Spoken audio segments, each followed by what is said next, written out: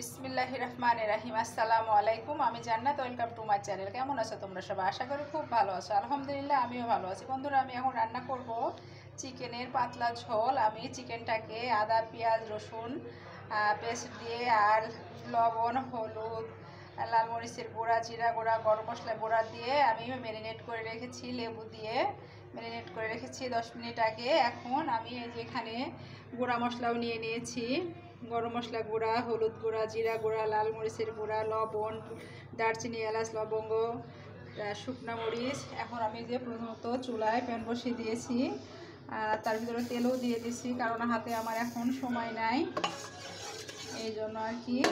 আমার তেলটা গরম হয়ে আসছে, আমি এখন চিকেনগুলা ভেজে নেব সুন্দর করে।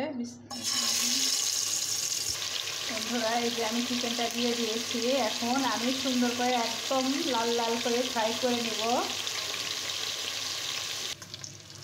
বন্ধুরা, আমার চিকেনটা ফ্রাই করা হয়ে গেছে, আমি এখন উঠিয়ে নিচ্ছি। বন্ধুরা, আমার চিকেনটা উঠিয়ে নিয়েছি। এখন আমি এই প্যানের ভিতরে যে তেল আছে তার ভিতরে আস্ত জিরা দিয়ে দিচ্ছি। বন্ধুরা, আমার জিরা থেকে সুন্দর একটা ফ্লেভার বের হয়ে আসছে। আমি এখন শুকনো মরিচ মশলাগুলা দিয়ে দিচ্ছি। আমি 2-1 সেকেন্ড জাস্ট ভেজে নেব। তারপরে যে মশলা ম্যারিনেট করা ছিল মাংসগুলা, সেই মশলা বেঁচেছিল, সেই মশলাটাই দিয়ে দিলাম।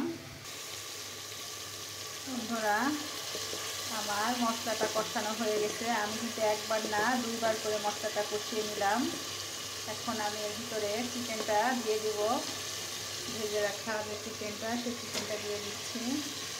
দিয়ে এটাকে আমি জাস্ট 5 মিনিটের জন্য কষিয়ে নেব, কারণ আমি চিকেনটা এত সুন্দর করে ভেজেছি যে আর কষানোর কোনো প্রয়োজন নাই। তারপরেও 5 মিনিটের জন্য কষিয়ে নেব। আমি এখন এটাকে ঢেকে দিচ্ছি। বন্ধুরা, দেখতে পাচ্ছ আমার চিকেনটা হয়ে গেছে। এখন আমি তোমাদের পরিবেশন করে দেখাবো।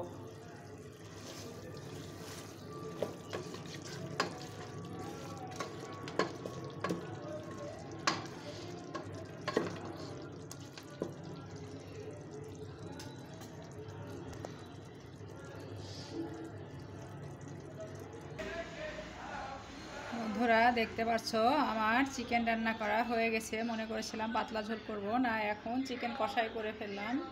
যাই হোক বন্ধুরা, আমার ভিডিও যদি তোমাদের ভালো লেগে থাকে অবশ্যই লাইক কমেন্ট শেয়ার করে দিও, আর পাশে থাকা বেল আইকনটা অবশ্যই প্রেস করে দিও। তাহলে কি হবে, যখনই নিত্য নতুন ভিডিও আপলোড করব আমি, সাথে সাথে নোটিফিকেশন চলে যাবে তোমাদের কাছে। অবশ্যই বেশি বেশি করে শেয়ার করে দিও, কমেন্ট করে দিও, লাইক করে দিও।